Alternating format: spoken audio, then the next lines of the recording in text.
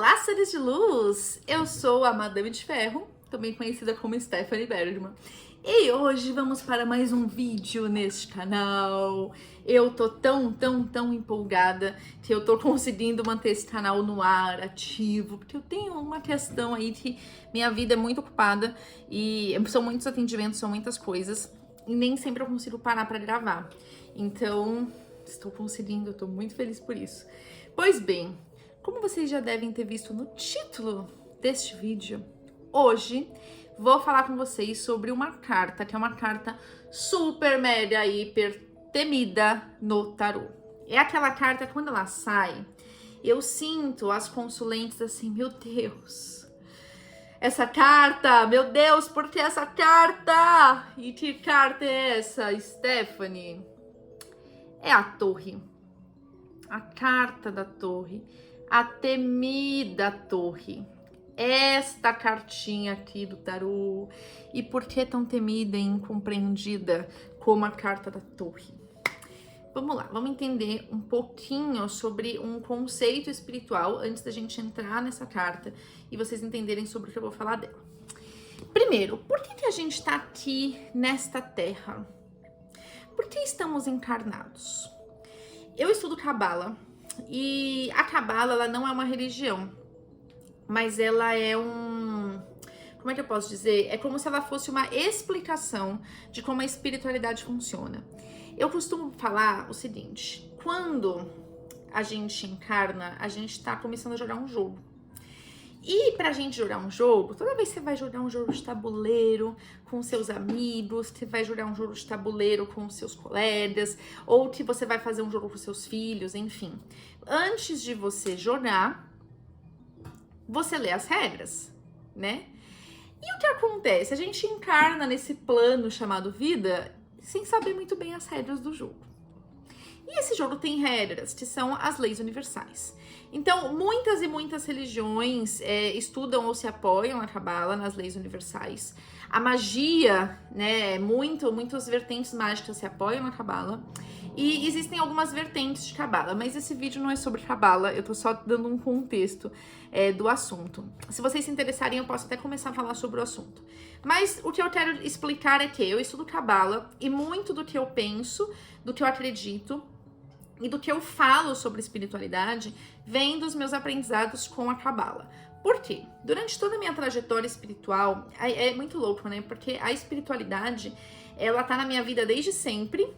No começo eu não aceitava e depois eu comecei a ir mais atrás. Então, todos esses anos eu já estive, né, dentro de terreiros de Umbanda, passando com pais de santo do Candomblé. Já estudei muito hinduísmo, budismo, o que mais? Espiritismo, da vertente do Kardec, que mais? Catolicismo, enfim. Eu sempre vou estudando porque eu gosto do assunto. Eu gosto de saber como que cada dogma ou cada religião pensa do assunto.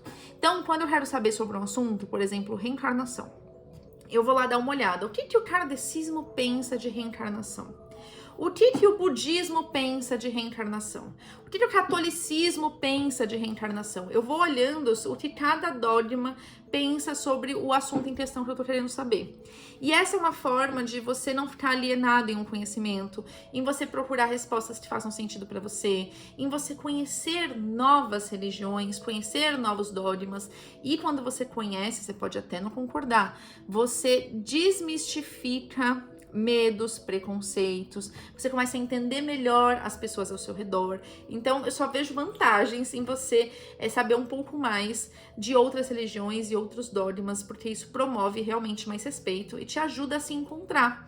Tem muita gente que tá numa religião que foram os pais que ensinaram e não encontra todas as respostas. Tem muita gente que tá perdido, não tá em nenhuma religião, ou não sabe no que acreditar, porque ainda não achou um lugar que te dê as respostas pro seu coração. E isso é uma busca, né? E às vezes essa busca, ela exige que a gente estude.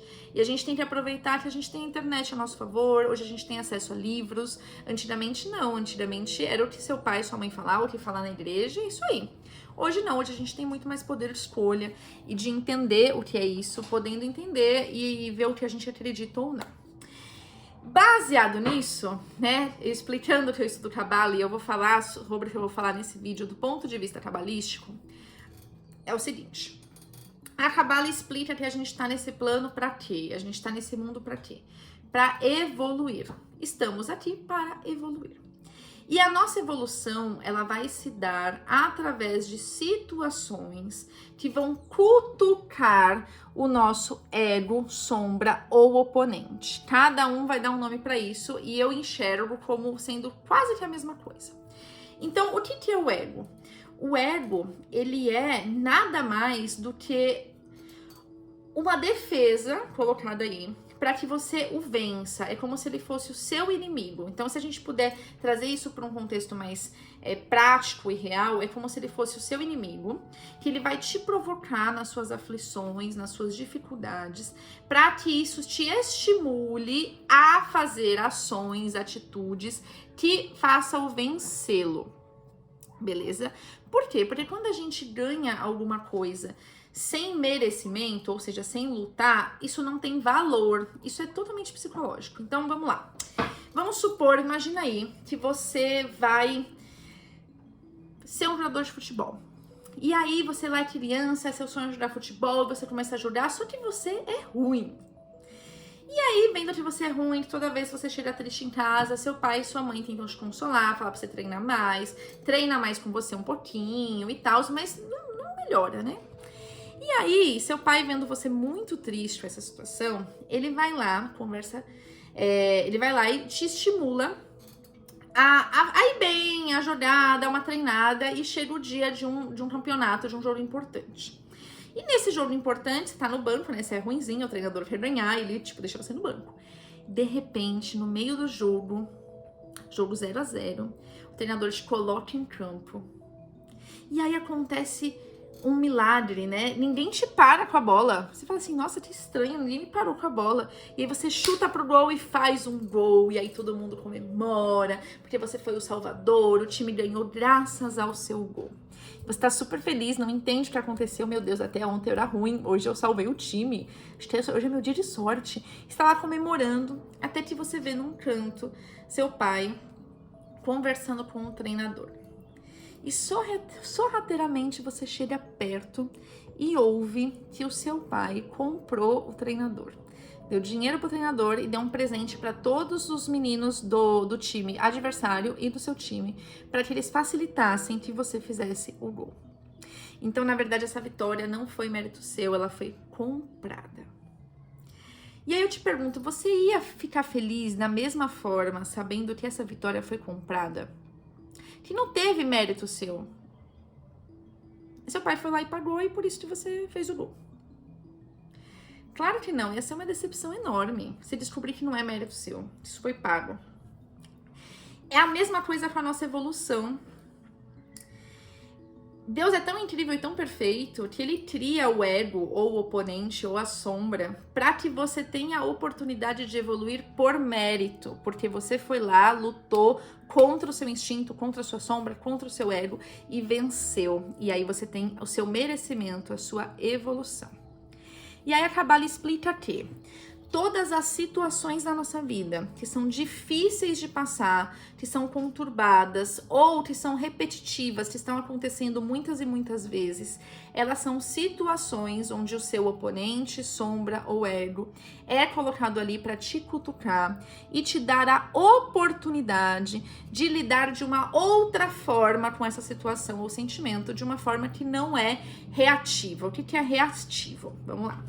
Quando eu era adolescente, início da vida adulta, eu tinha dentro de mim um sentimento muito grande de raiva.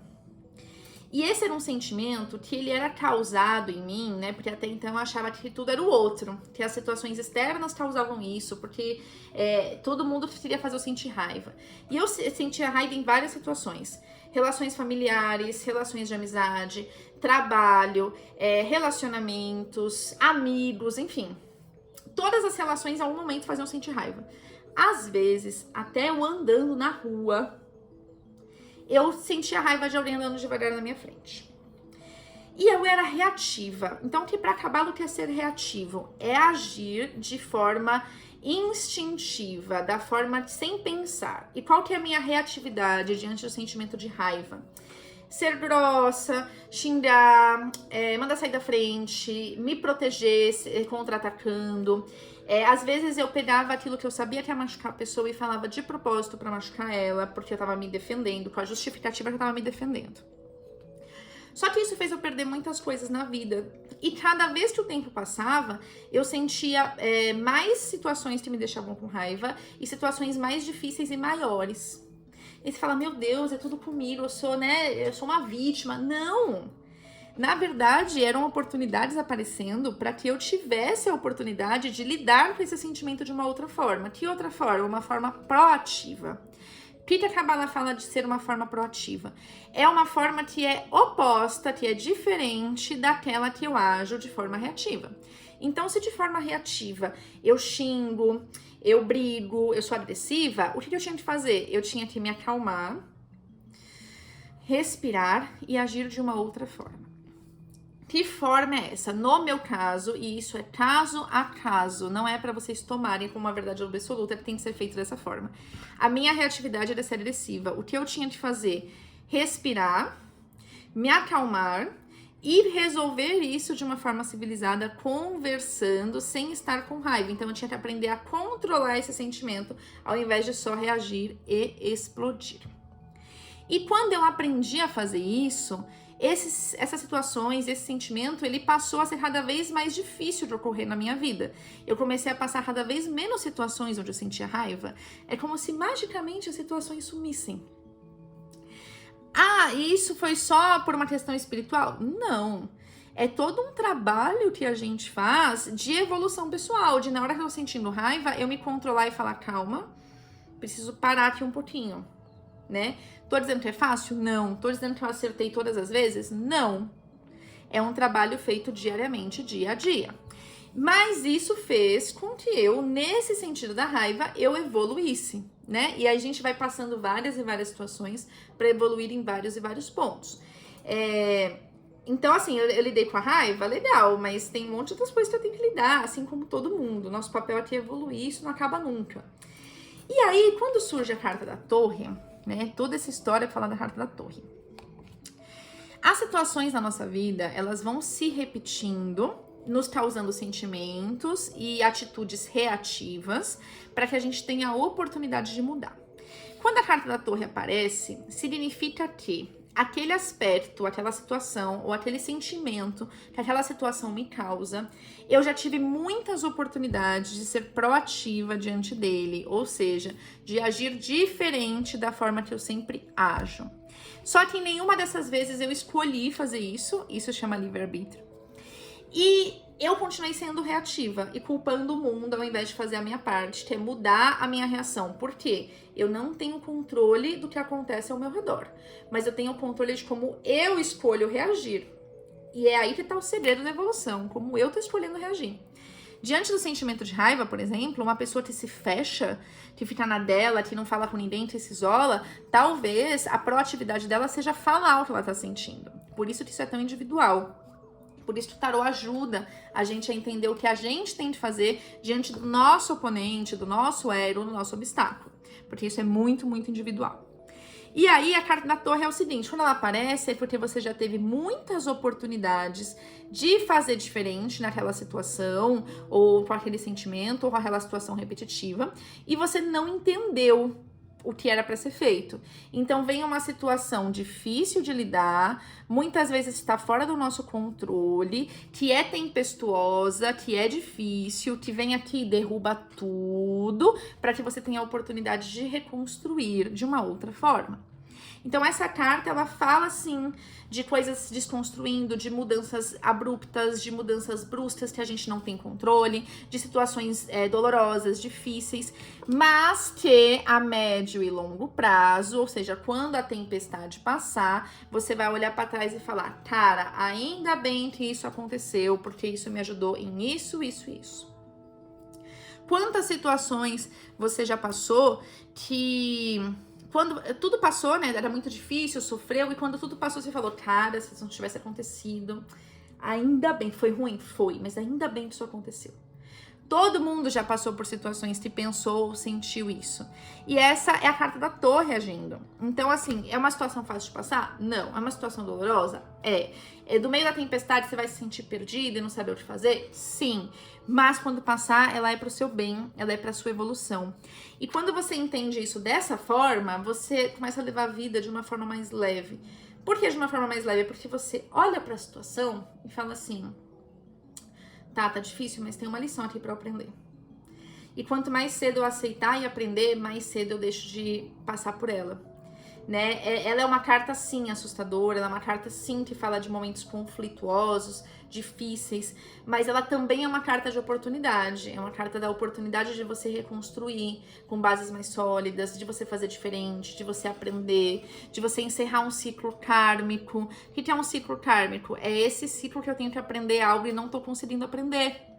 Então, quando acontece uma coisa difícil na sua vida, às vezes uma doença, um término, perder tudo, né? Que são situações difíceis, que são tristes, que são complicadas de passar, elas muitas vezes são situações que vêm sendo previstas pela carta da Torre. Que vem falando que isso acontece, mas acontece para que você possa crescer, acontece para que você possa resgatar um karma. Então, do ponto de vista cabalístico, o karma, ele não é, você não tá pagando um castigo. O karma não é pagar um castigo. O karma é uma oportunidade de eu aprender algo. E quando diante de uma situação, sei lá, um término, que talvez diante desse término eu tenha que aprender a ter autoestima, a me autovalorizar, a colocar pontos finais, a sair de dependência emocional. Às vezes um término ele vem pra isso, pra você aprender isso. E ao invés de você aprender, você fica mais traumatizada, se fecha pro amor, não quer mais saber de ninguém. Em vez de você resolver esse karma, né, da dependência emocional, você pode acabar criando um novo trauma, um novo karma. Então os karmas eles são criados quando diante de uma situação difícil, ao invés de eu aprender com ela, eu fico traumatizada.